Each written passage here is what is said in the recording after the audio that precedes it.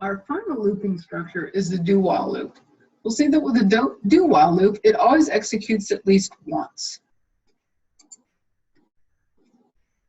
Here's a flow chart for the do-while.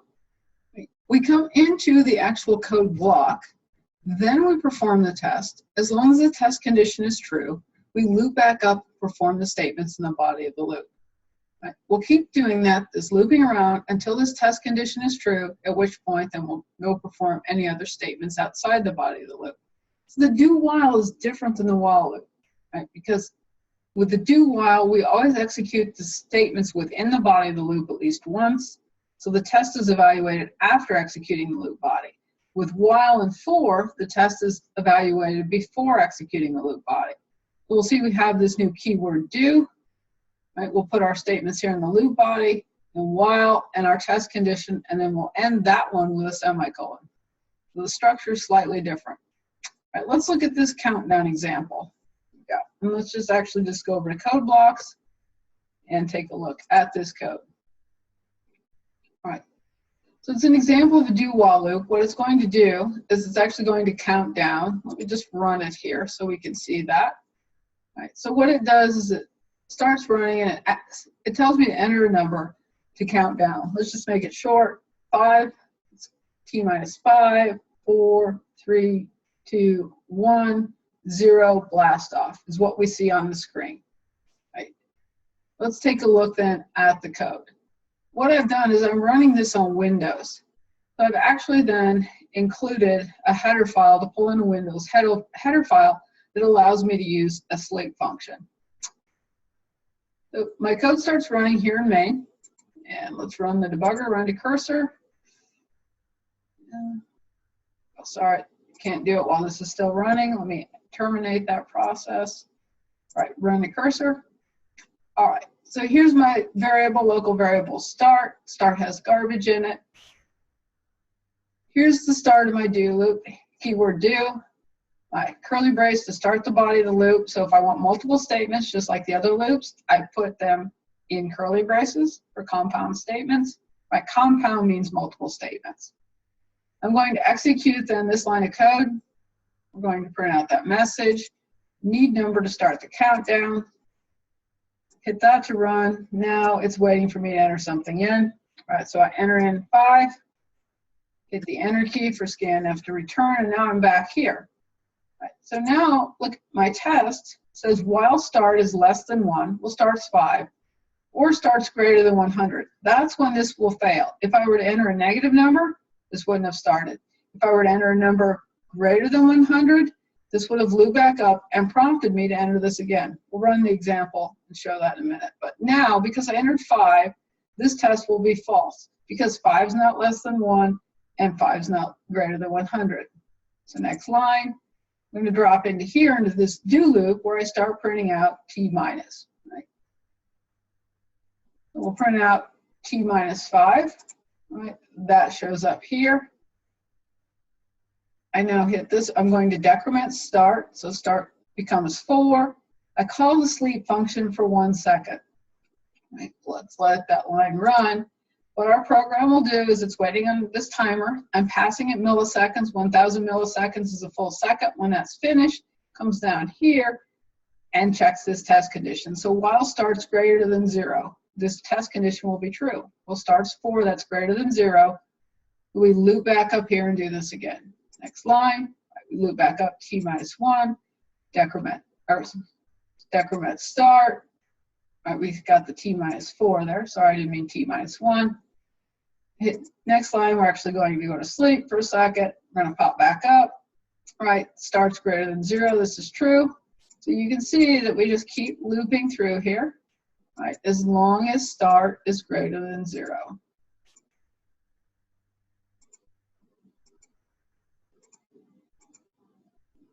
All right, now that start's less than 0, we come down here, we print out these messages, 0, blast off. Right, now, let's also take a look at what would cause this test condition to fail. I've told the user to enter a number between 1 and 100. Right. Let's run this now and see what happens when the user types in, okay. 1 to 100, what happens if I type in 0? Well, 0 is less than 1, so that makes this test true, so I just come back up here and I prompt the user to enter something again, like -5. Once again, that makes this condition true. I come back up and I prompt the user to enter something. All right, 101. 101 is greater than 100. User's prompted again. So until I type a number within the acceptable range, I'll keep getting prompted. So now if I type a number in the range, right, now the code comes down here and starts executing this, counting downward.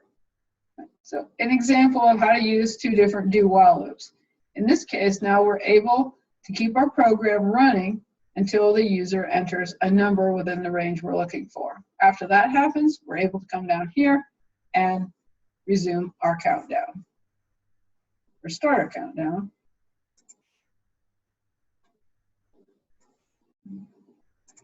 That was example 9. Right. So like I said, this sleep function I used, the reason I had to have those directives up above was if I was running this on Windows, I want to call the appropriate Windows function, which is different than the Unix links. If I'm running on Linux, I need to use a different function.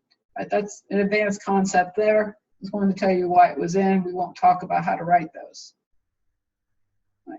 That's the end of do while. Let's go ahead and take a look at break and continue statements. We've seen a break statement with a switch statement before, but now let's see how they can affect a loop. They can interrupt the normal flow control of a program. Right? We know that we've seen a loop perform the same series of programming steps over and over as long as the test condition is true. When it becomes false, it stops. Well, sometimes we want to be able to skip statements inside the loop, and we use a continue statement to do that. Sometimes we want to stop the loop early without checking the test condition. We'll use a break statement to do that. So far, we've only been able to break out of a loop when the test condition's false. We'll see that the break statement allows us to leave the loop early. So when we encounter a break statement inside a loop, so inside the code in the body of the loop is immediately terminated and the program resumes control at the next statement following the loop. So if we're in here executing, this is a do-while loop structure, right? This flow chart, we're doing some sort of conditional code, we come back, we check the condition, as long as it's true, we keep performing this loop. But if we have a break statement somewhere in this conditional code, we skip over the test and immediately break out. Right. So let's take a look at example 10, how this one works.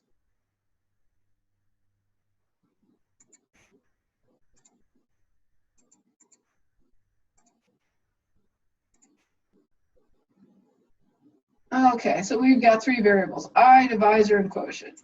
Let me do a running cursor here.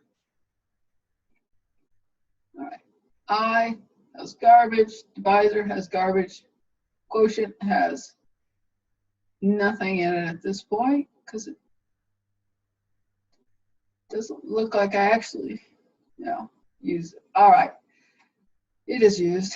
I'm not quite sure why that's not showing up right now. Next line. So I'm going to prompt the user to enter an integer. So we see over here, right, this message has popped up, flashing cursor, scanf is waiting for me to enter something. So I'm going to enter an integer, which is the divisor. All right, how about 45? So now, since I'm in debug mode, it's back over here, it's going to run through a loop. And it's going to now try to divide this all the way from I equals 0 to I less than 100. So if I say, next line, all right, it says if divisor is equal to 0, it's going to display a message then saying it's avoiding division by 0 and it will break out of the loop. Otherwise, it's going to print out the quotient, which is I divided by divisor. So I've actually got a variable in my program I'm not using. I need to get rid of that. It's not a good practice. But, so I can see my quotient 0. If I just keep hitting next line, as long as my divisor is not 0, we're just going to run all the way through this loop. I is going to keep changing. And we really don't want to do this manually to see that I changes all the way from 0 to 100. I'm going to move the cursor down here and do run to cursor, which means finish executing all that code up above. You can see that this just produced all of these different quotients, right? As then I was changing. Right? I divided by 45 will produce a quotient of 2. For several cases, once I becomes at least 2 times 45, 90 and above. Right? Right. So let's stop this running. Let's just go ahead and now run it again. So let's get rid of, let's enter 0 for the divisor. And we can see now that when our divisor, so we read this in and stored it in divisor, we enter that then, divisor was 0, we just displayed a message saying avoid division by 0, and we jumped out and finished our for loop. So let's do a run to cursor. So now I'm going to enter 0. It's going to set I equal to 0. It's going to, the test will be true that I is less than 100. Right, so we come in here, and now we say if divisor is equal to 0. So next line, that's true.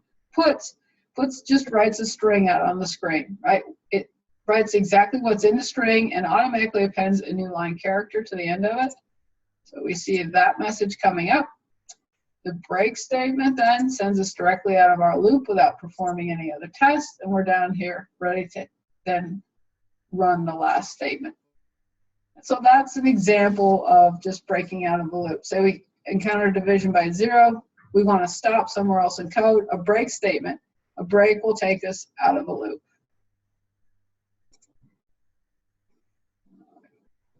Let's take a look at then the continue statement.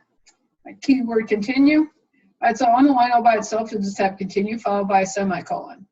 Right, it's only used in an iteration statement, meaning it's only used within the body of a loop, right, nowhere else. It terminates the execution of the body of the loop for that particular iteration. What it does is, right, we've got this test condition, right, as long as the test condition is true, right, we run through our loop. And a continue statement, we'll see, will actually force the code to come back to the loop, right? So when our test condition is true, let's just see the example work.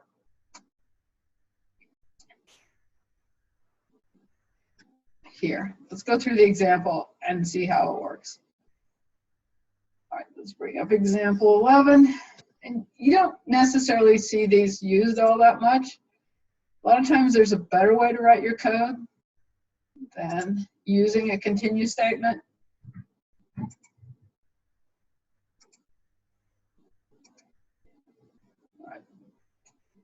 All right, let's go ahead and build and run and see the output. All right, so the output on the screen is number 11, number 12, number 14, number 15. Let's see where that comes from. I've got some code here where I'm setting I equal to 10. Let's do a run to cursor. We can see then I've executed this line of code. Right? I has been set equal to 10. We're going to perform this test. Well, I is less than 15. So as long as this is true, we'll come in and perform the statements in the body of the loop. So next line, 10 will be less than 15. That's true. What we're going to do now is we're going to check. So we're going to say if plus plus I equals 13. Remember, this is pre-increment. So this is going to increment I by 1, and it will then check to see if 11 is equal to 13 because it adds 1. Pre means add 1 first and then return the value in memory. So pre-increment, right, it says if 11 is equal to 13. Well, 11 won't be equal to 13, so we won't continue, right? Continue means go back up here to the test condition and don't do this code underneath. But that was not true. So now we're going to print out the number 11. Right? You can see that number come up on the screen. And now we're back up here, right? Well, while 11 is less than 15, that's true. So now we're going to add 1 to I. So I is going to become 12. The condition 12 equals 13 won't be true. We jump down here. We see our output of 12. We come back up and check while 12 is less than 15. That's true. Now, this should be true this time because adding 1 to 12 makes us 13. We'll return 13 from memory. So we're going to execute this statement. Notice that our control flow did not go to this printf. It jumped back up here. Right? So we don't ever print out 13. Right? And so now we add 1 to I is 14. It's not equal to 13. We'll print out then the number 14. We'll come back up here. And 14 is less than 15. We'll add 1 to I here. This will be 15. 15 is not equal to 13. We won't hit the continue. We'll print out the number 15, which we can see here. We got our 14 and 15. Now this will be false, and our flow, our program flow, will come down here. Right. So the gist of this is a continue statement will send this back to a test condition, right, in a while loop. Right. And let's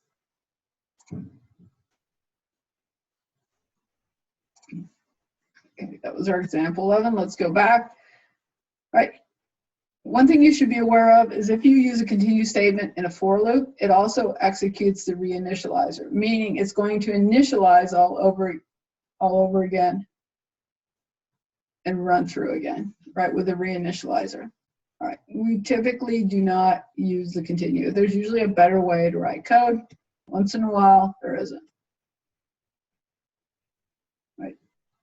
Funny cartoon to end our program, our lecture.